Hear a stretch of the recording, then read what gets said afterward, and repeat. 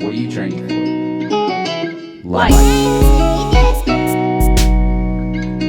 Welcome to Train for Life, a podcast brought to you by ISI Elite Training. I'm Adam Rice, founder and CEO, and we'll be hosting this alongside Amanda Hall, our COO. Tune in weekly as we explore topics on personal and professional development to help you level up in all aspects of your life. We call this Training for Life.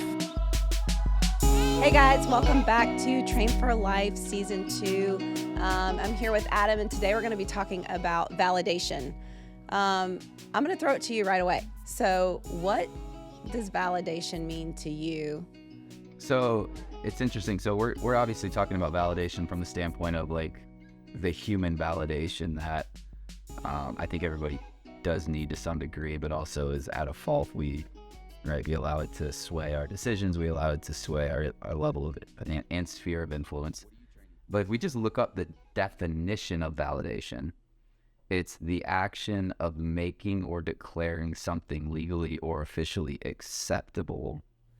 Or another way of this is the action of checking or proving the validity or accuracy of something.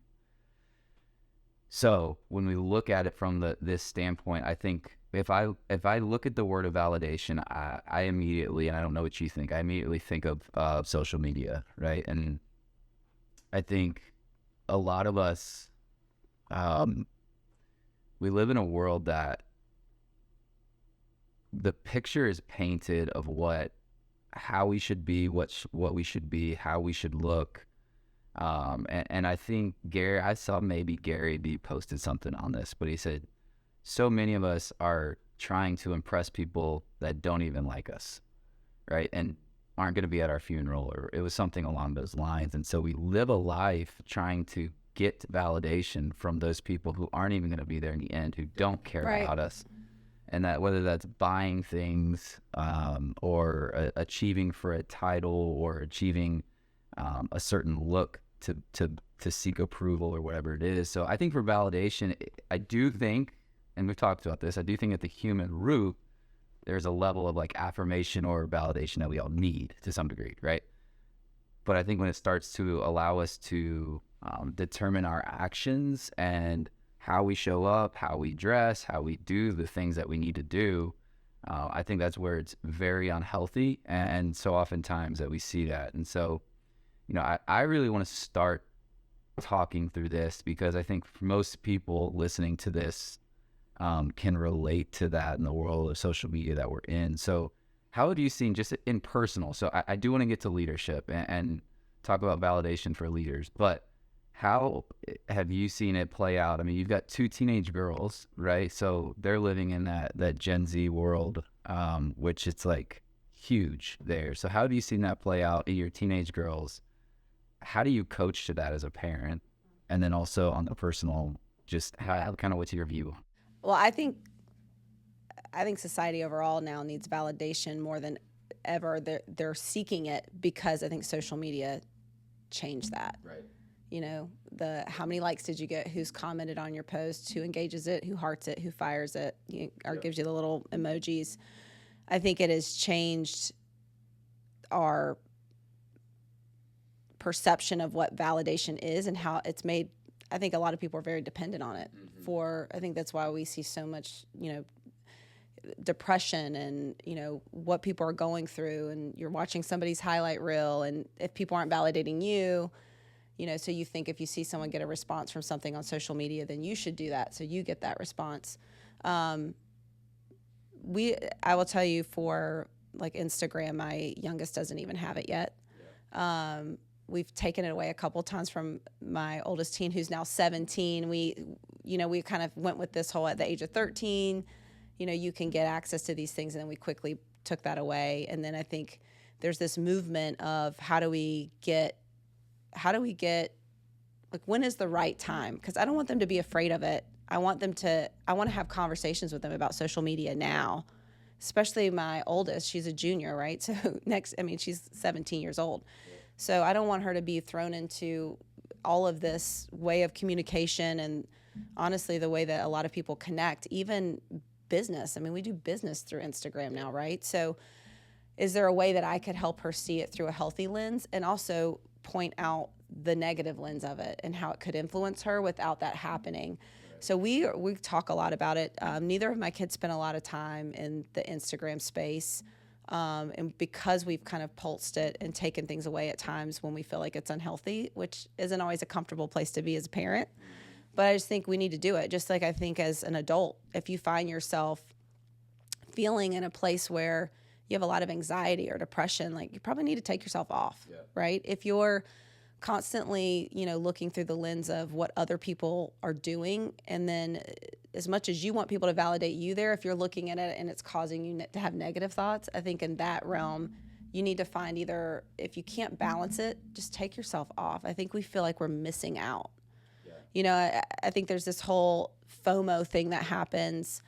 There's a level of, people are painting the perfect picture. What you see, everybody has a social media account. So my thought on that is if you're posting on it, you already know that you posted a picture and then X, Y, and Z was happening in the background that nobody knew about, right? So it's the same thing happening to everybody else. Right. And in reality, I just think that that need for validation there, I think it has done a pivot and changed. It's funny, Heidi Powell recently posted about going off of social media, and that's a big part of, her personal brand for a month. Because of obviously everything that happened there in her life. If you guys don't know, you can go and look at her Instagram. But her coming back to it, she realized how much she was missing out on because of spending time there where she thought she wasn't with her family, but she was, but also like the filters. Her most recent post I have a lot of respect for, and she said, I'm done with filters. Yeah. I'm not going to put a filter on my stuff anymore. People are going to see me the way that I am. Yep. Because I realized someone had said to her, like, hey, you're part of the problem.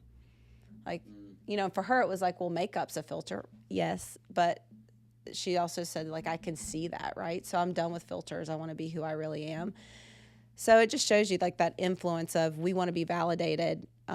So we use filters. We use different things to make us look good there. And you just start at that one core element personally and then think how that trickles into everything else in your life. Yeah. I don't know. What do you think? I mean, especially from a social media standpoint and as a guy, I mean, I think women, we're very, I think all of us want to feel like, attractive, and you're looking at all these things happening through social media and who's getting validated and who's not. But what do you think? So whenever I question myself, I said, why did I just post that? Meaning, like, if anybody can ask why they posted something, and we're all at fault of this, right? Some more than others. But I'll say, like, if you would go back, even if you look at your grid, right, and you're like, why did I post this? Like, what was the intention behind it? I think for most people, 50 to 75% of their posts, they're going to be like, it was validation, right? Versus using social media, it's a necessary evil in business. And I say this, if I didn't have a business, I don't know if I'd be on it. There are some great things about it. It timestamps, like, it's literally now or the past 10 years become, I would have lost, I mean, I've got crazy ADD. I would have lost all these photos, right, that I've taken and posted. And so when those come up on like Time Hop or Timeline, like, that's really cool. But at the same time, I personally use it as a lens of business, meaning providing visibility into who I am, what I'm doing. And yeah, we're all at fault, right, for sometimes needing validation through that. But that's really the purpose and how I use it. And I think if you can define your purpose and how you use it, then you're going to be a lot more clear on making those decisions of, like, should I post this, should I not? Should there be a filter, should there not be a filter? What are the hashtags? If I'm hashtagging 20 different hashtags, what is the purpose? Like, if you're trying to become an influencer, cool. Like, you should do that, right? You're trying to build a business. If it's just to get as many likes, right? Like, if you're an executive or whatever it is, and you have no intention of being an influencer, then my direct thought process is, why are you hashtagging 20 different things? Is that for validation, right? Or is it just what society has told us to do? Or that, yeah. Right, subconsciously. And so I think when it comes down to that, it's like, for people, it was interesting. I was at my alma mater about a week or two ago for a meeting, and one of my professors that was there when I was there, I said, tell me the difference between like your students today and when I was there, right? So I was there, just to give you guys context, I was there from 2007 to 2011, so a little over 10 years ago. And he said, Adam, like today, I literally every single semester, right around 25% of kids have to go home because of anxiety and depression. Wow. He said in your class, and obviously once before that, that was never the case. And it's like social media has 100% done that, right? So it's the thing that's providing anxiety, which anxiety is fear of future things. It's living in the future of what if, what could happen, right? And I think that's what Instagram does. So I want to change directions here. Obviously, you've led hundreds of people over your career. So if we go with the basis and the foundation of we all, at some degree, need validation, right? Or affirmation is maybe a better word for that. Talk to me about leaders, those leaders you've seen really, really successful and carry substantial influence, and their need for validation versus how they validate others, and kind of go down that road. Yeah, I mean, I think you cannot be a really great leader if you need to have all the validation and affirmation and credit come to you, right? Leadership at the end of the day is about making your people successful. You're not a successful leader if the people under you aren't successful, which means they need to get all the credit. And I think a lot of leaders really struggle with this at first. I think if you're working with a team and you're not getting out of them what you want to get out of them, and across the board, everybody who reports to you, you need to say, okay, am I the problem? Most of the time you are. And I think a lot of leaders really struggle with transitioning from, especially if you're growing into a leadership role, right? So, you know, for me, that was, I did sales at Verizon Wireless, and then I was running a team. And I had to move from, you know, my quota and what I would earn was based off their success, right? So I had to transition from, I could control this and this was me, and I was kind of getting all the attaboys, if you will, for my job, to I would only get that if they did well. And nobody gives you the attaboy at a leadership level typically, right? I mean, because your success is their success. So you have to transition from that need. And I think, for one, you have to recognize it. You need to find somebody, if you're a leader, you need to find somebody you can really trust and say, where are my strengths and where are not. But I think that some people need affirmation more than others. You just have to learn how to flip that affirmation to come from your team's success. I always say, like, you know, the higher you move up, the lonelier it gets. And a lot of that comes from that. I also think, you know, there's a fine line too with your team, right? Because I'm a big believer in a culture of recognition. Yeah. I want to recognize the people who work on my team as much as I can, but I think it also has to come with a balance of, they have to know that you're not just going to give them the recognition, you're also going to give them the constructive. But, you know, I just see leaders who sit in that path. You will only go so far, and eventually teams won't want to work for you, that you won't get the best out of them, and they will move on. They will quickly look for someone who is going to empower them. So almost by taking an affirmation validation approach for yourself personally as a leader, you will, at the end of the day, you will do a disservice to your team. Mm-hmm. And I even think that need comes down to the leader who doesn't lead. They do all the doing. Yep. And to them, they're like, my team loves me because, you know what? I do all the work for them. Mm. Well, that's at a need for affirmation. Right. You need to be the one that gets the credit. Yeah. That is not leadership. Leadership is letting them jump in and really own their roles and being that guiding force, which means they, at the end of the day, personally get that affirmation and that credit. So I think if that's really important to you and that's not something you can transition and transition, I don't know that leadership is the best spot for somebody who that is absolutely what they need. They have to get really honest with themselves. If they can't, you know, I think you can learn. I don't think that's something that you have to have. Yeah, I think I mean, what are your thoughts on it from no, a leadership I mean, perspective? I think you hit it straight on. So many people are like, I want to be a executive. I want to be a business owner. I want to be this. And at the end of the day, like, your tolerance for a lack of validation has to be there, because no one is going to validate you the higher up you get is your job, right? And so if you're somebody who thrives off of that, and maybe you're an achiever and you're thriving off of what you said, the attaboys, everybody clapping for you, and that's what drives you, you will not be a great leader at a higher level. Like, you have to change that, because, this is common sense, right? We talk about self-motivation, we talk about being self-driven. Like, those are all key characteristics of high-performing people.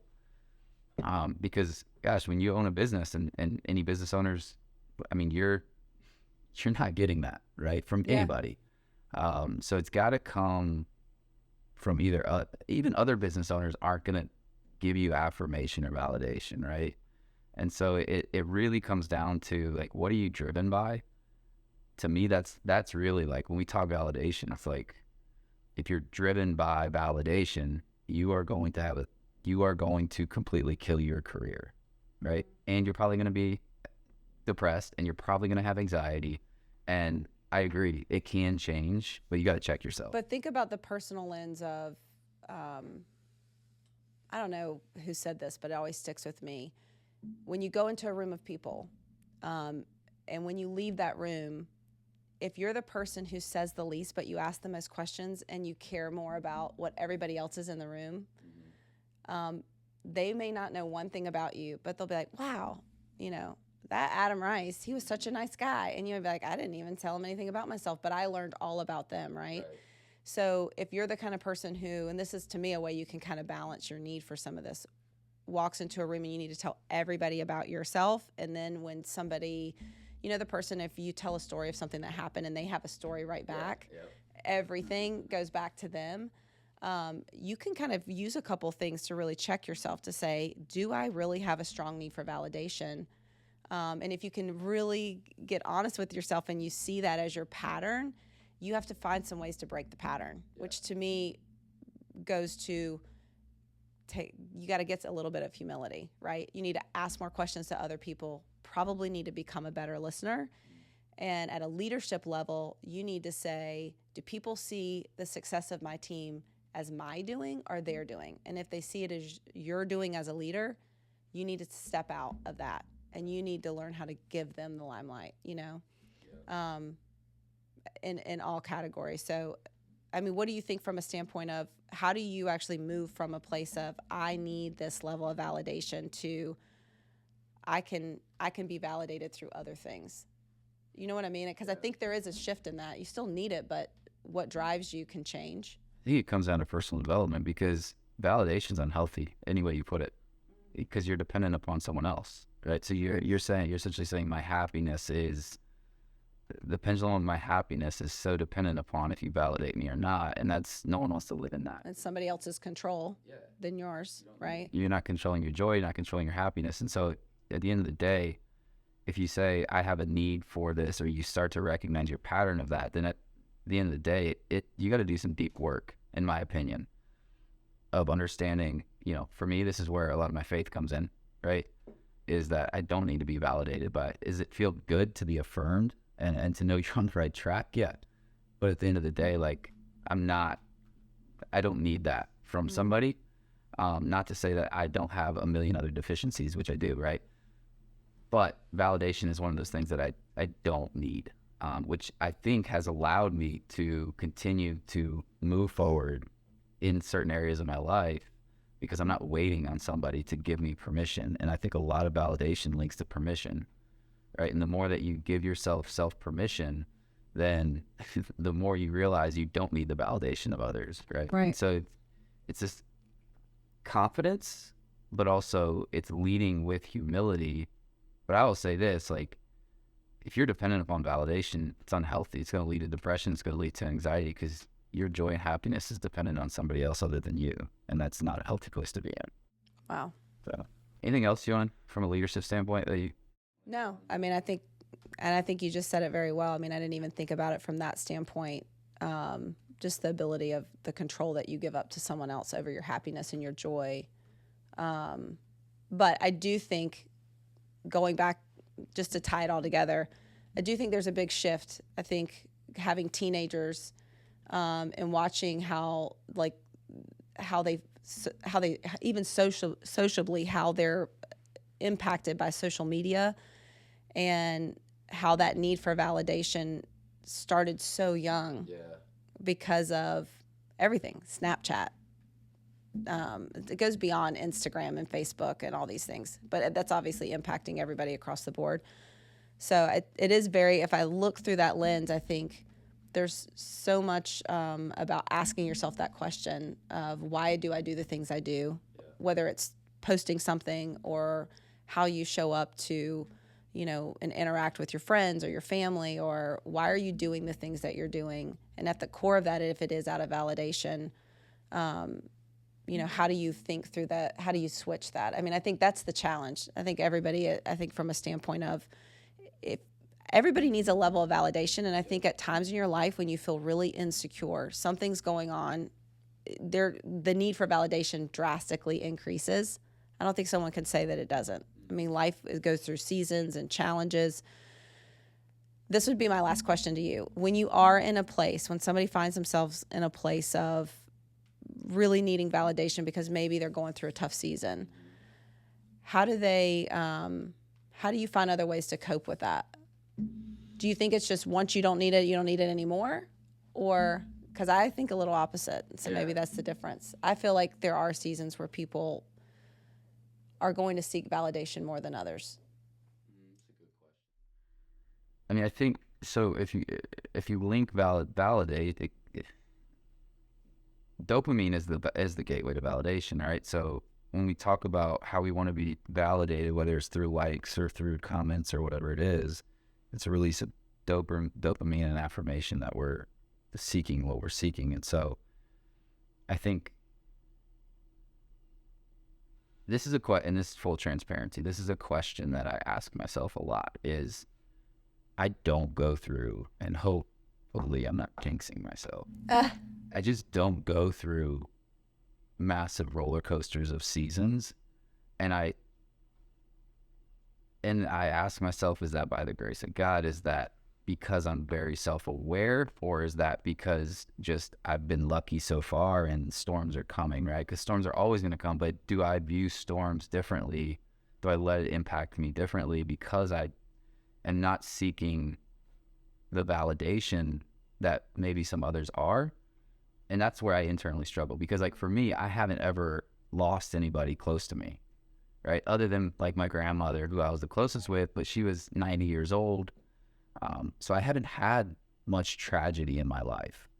My parents, I mean, great parents growing up, supportive, they're still together. Like, I just haven't had that. And so for me, it's really hard. Obviously, I've handled the ups and the downs of business and almost being bankrupt and all of that, but it's like, I don't think I've gone through some of the things that some people go through. And so for me, it's hard to answer that. What about you?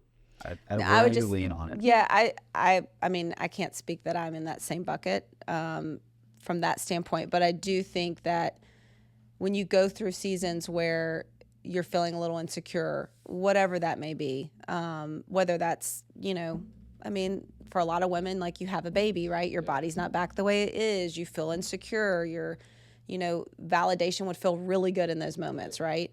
But I think you have to find ways to validate yourself by doing things. And for me, working out was a big part, because I'm doing something that I'm choosing myself, and I'm basically affirming myself through doing things that are good. And then take yourself away from things that cause you to go into a place of doubt that affirmation's needed, right? So a lot of times the need for affirmation comes from the need of feeling like you're less than, right? Yeah. So what are those things that trigger those feelings? I think you have to remove yourself from that. And sometimes that's, whether it's social media, but sometimes it's a place, it's people, it's,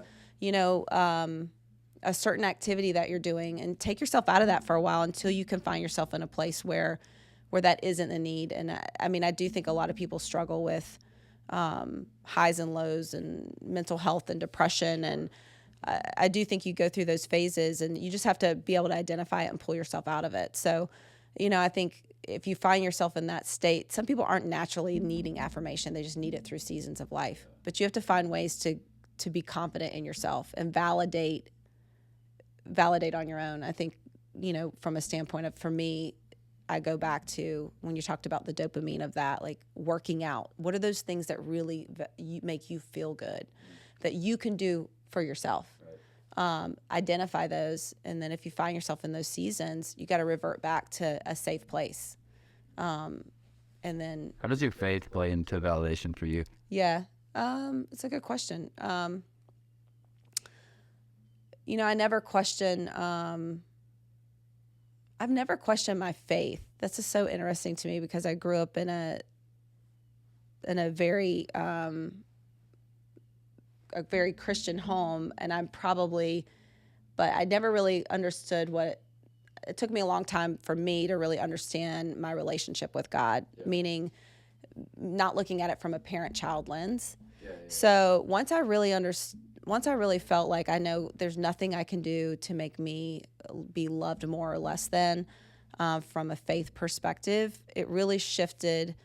At the end of the day, like, I view it as my God is so much bigger than anything I'm facing.